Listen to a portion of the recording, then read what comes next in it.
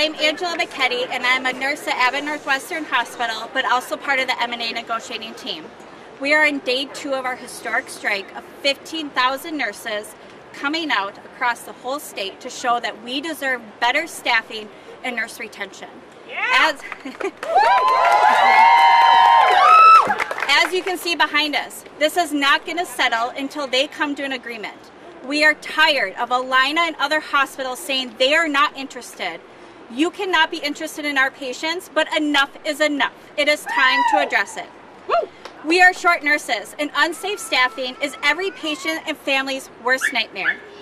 When we can't answer your call light because there isn't enough of us knowing that the only reason you are here in a hospital is because you need us.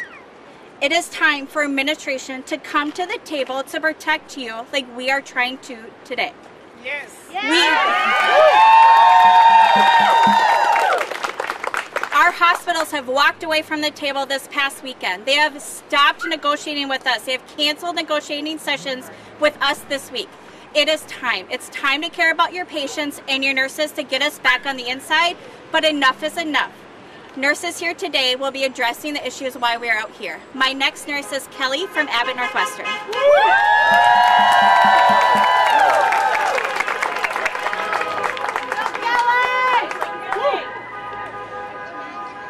Hi, my name's Kelly Honest. I'm a registered nurse at Abbott Northwestern. I've worked here for the last 14 years. This is my 4th time going on strike as an Allina M&A nurse. I think it says a lot about, again, why we are out here today. Nurses are out on this historic strike today because we are on the cusp of a tipping point for the nursing profession in Minnesota and across this country. It is truly do or die for Minnesota nursing as we know it. Quality healthcare in Minnesota is because of the density of union nurses willing to stand up to corporate healthcare giants who keep hiring more administrators to tell us how to do our jobs while taking away the staffing resources that we need to do them best. Hospital executives want to talk like we rushed into this decision to strike. That has been their narrative all week long. We've been bargaining for 6 months. And the turnover, moral injury, and burnout rates have been years in the making. We did not rush into this, and we do not take this lightly. There are plenty of licensed nurses in the state of Minnesota to fill the vacant positions in Minnesota hospitals, but they are not going to come back until conditions improve. Give them a reason to return to the bedside. Give the rest of us a reason to stay.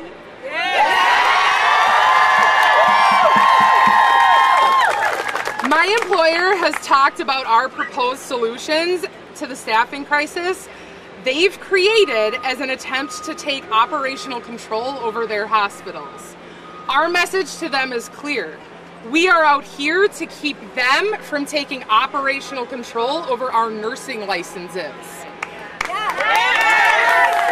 My employer has said that our wage offer is too high. They've asked us to bargain against ourselves on this topic and counter our own offers with a lower offer. They've said no to our other economic proposals, paid family leave, increases in shift differentials, increases in tuition reimbursement. They say that they want to put our financial benefits into the wage offer, and their wage offer this year so far is half of what inflation is. That doesn't seem like you're putting nurse compensation into wages. This is from the same company that didn't offer us any hazard pay when we were marching into hospitals at the beginning of the pandemic and they were all working from home. Our message to our employers is clear. Put your money where your patients are. Thank you. And now Trisha Oxner from Minneapolis Children's will speak. Hello, my name is Trisha Oxner. I'm an RN at Children's Hospital in Minneapolis. I've been employed there for 30 years. Healthcare is on a disastrous path across the nation. It is our obligation as nurses to make a change. We have to take a stand for our profession and the patients we care for. It is our moral and ethical obligation. We will fight for safe staffing. We will fight for a fair contract. And we will fight to keep our patients safe. Children's executives and leadership have continued to make empty promises around staffing. They had great plans to roll out a robust recruiting program. They admitted they made mistakes during COVID around staffing and consolidations in hopes of righting their wrong. They promised to involve the bedside RNs in the decision-making process moving forward. They have yet to be true to their word. Nurses are amazing people. The care we give and the compassion our patients experience, it needs to be protected and preserved. We look out for the greater good of all. This is not a self-serving process. We will continue to put patients first regardless of the hospital's profits. Hospital administration, they can spin this dialogue however they choose, but we know the truth. Come join us on the picket line, talk to us, and learn what this is really about. I would like to now introduce Doreen Mcintyre from Children's Minneapolis.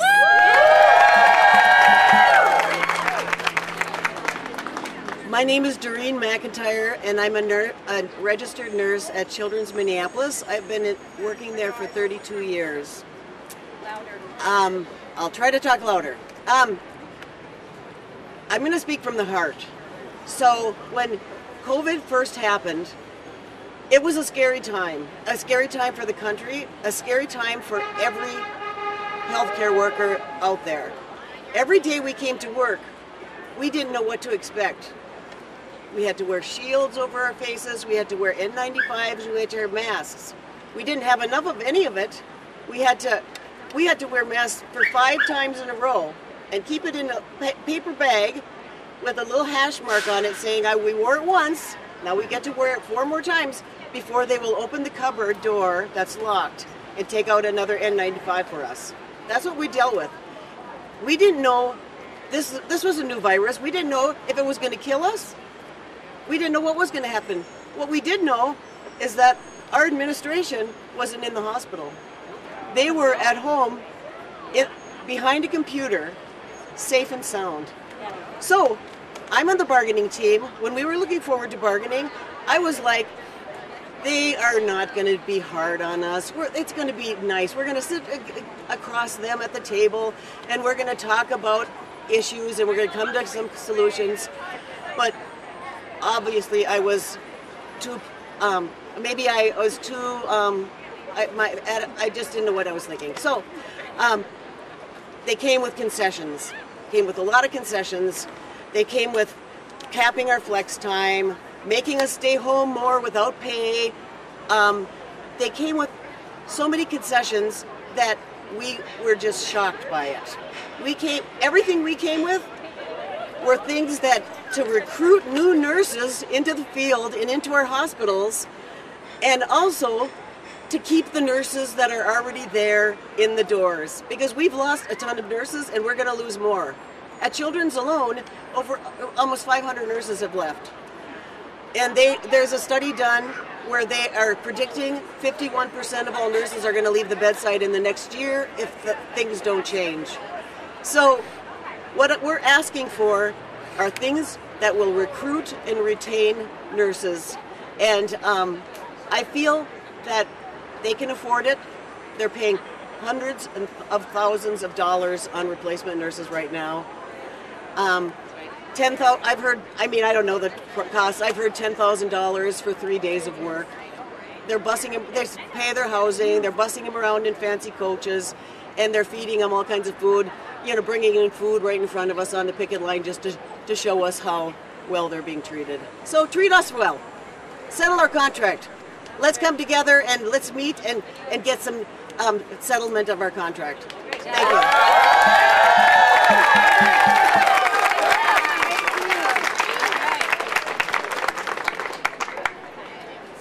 Good afternoon, everybody. My name is Cedric Frazier, State Representative District 43A. That represents the areas of New Hope and Crystal. Doreen, thank you for what you just said, and to all the nurses, Angela, Kelly, Trisha, thank you all for what you all just said today. And thank you all for being here, because I know you'd rather be in working with your patients right now. This past legislative session, I got to spend a lot of time working with nurses. I was a lead author on the Frontline Workers Pay Bill. And working on that bill, I can tell you, for all the workers that are going to benefit from the resources from that bill, it was the nurses that said, day in and day out, when we were negotiating, we're not going to leave any other workers behind. That is the type of compassion that nurses have. It's a caring profession, and you all are in it because you care about everyone. The reason you're out here now on the line, it's not about you. It's about your patients. It's about the communities that you serve in. You want to make sure everyone is okay.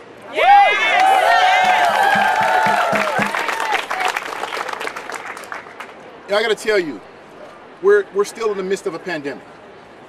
That's why I can't believe we're standing here having this conversation. There's nobody in this state that won't have a story about how the nurses have impacted their lives throughout this pandemic.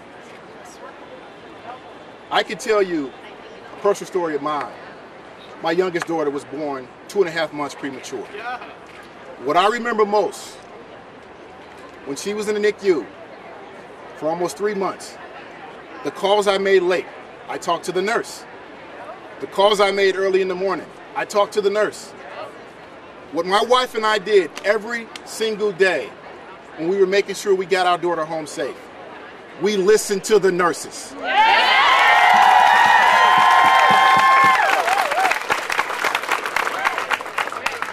It is time for the hospitals, the managers, those that make the decisions, to listen to the nurses.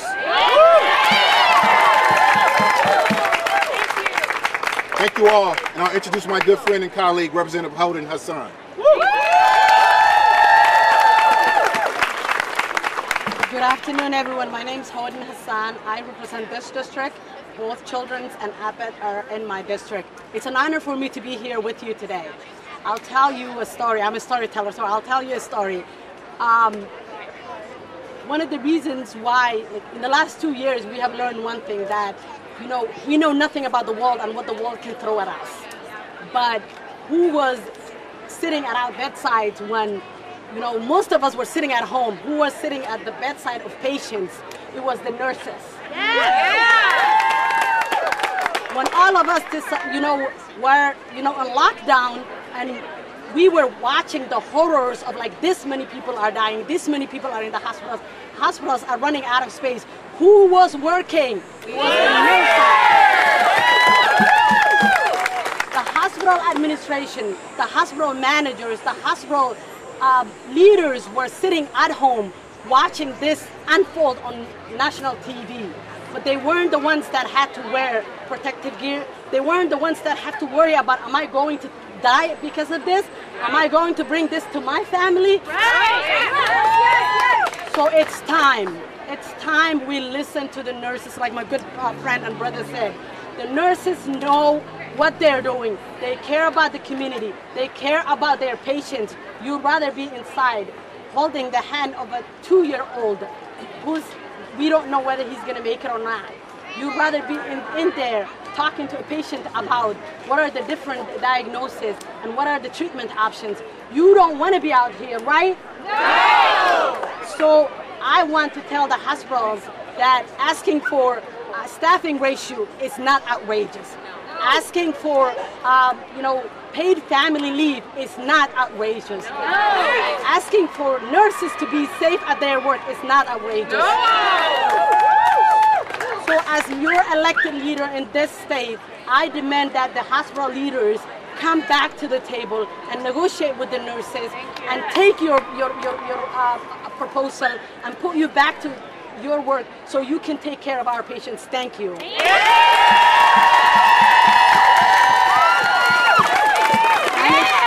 it's an honor for me to introduce my good friend and brother, Council Member Jason Chavez.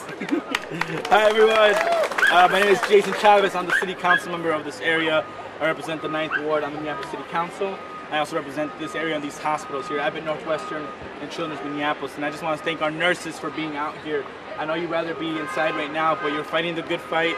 I want to let you know that we support you. On the Minneapolis City Council, we voted recently 13-0, so all City Council members stand with all of you on this strike and are asking our CEOs to negotiate in good faith. I'm here in support of our nurses. This contract isn't about wages. It's about a fair contract that prioritizes the safety of our nurses, that makes sure that we can have paid family medical leave for all our nurses, making sure that we support our nurses. That way they can support our patients. We know that throughout this pandemic, nurses have been used as a bargaining chip. They've been told that they've been essential their entire lives, but the reality is that our hospitals aren't taking care of our nurses, which means that we can't take care of our patients. So as a council member of the area, I'm calling on the CEOs of these hospitals to negotiate in good faith and get this deal done for our patients and for our nurses. And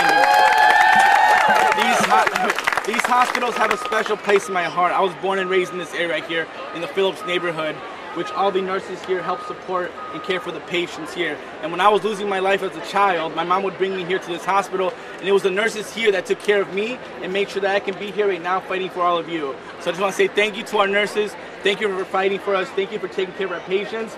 And these CEOs need to get their shit together and get this contract done.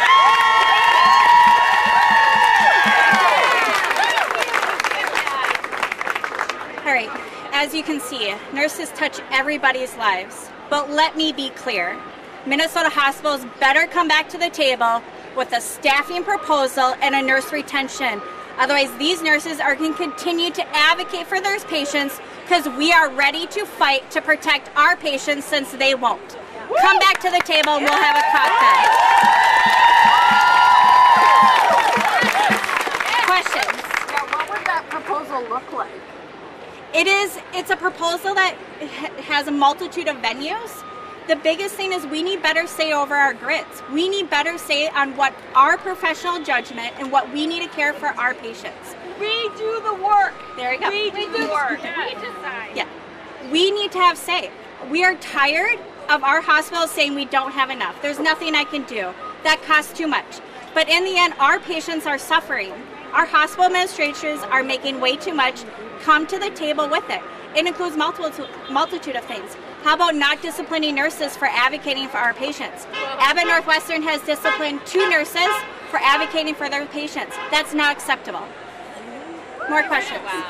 Acuity tools. Angela, are you a little worried about the patients that are in there that you had to leave though? I mean, their care isn't being tended to by you right now.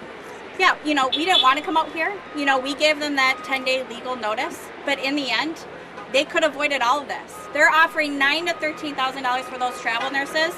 They could have put a fraction of that into the nurses behind me and our patients. We wouldn't be here today. Don't forget about their bonuses and their increases. Are there any negotiations scheduled for Thursday, before Thursday or after Thursday? We had negotiations set with the hospitals. Alina, we had one set, and they canceled on us. So there's none set at this time. Is there any possibility that this could last beyond the 3 days, or if you have to go back and vote to extend the strikes? We are set to go back Thursday morning at most sites, so it will end at that time. But we're hoping the hospitals come back and negotiate. Otherwise, who knows? But in the end, the nurses are not going to accept a contract without staffing and nurse retention in there. And they've made that clear today. So we are set to go back as of Thursday. Any idea when you might send a letter to the strike? we're hoping to avoid it. You know, these nurses behind me get to make that decision. You know, in the end, the hospitals know what they're willing to do. So I hope they come and negotiate. I'm tired of Allina Health, Tim Coles, and all of them saying they're not interested. They need to be interested. It's our patients in there, and if they cared, we wouldn't be out here. So as of right now, we're hoping they negotiate. More questions? Good. Thank you. Thank you.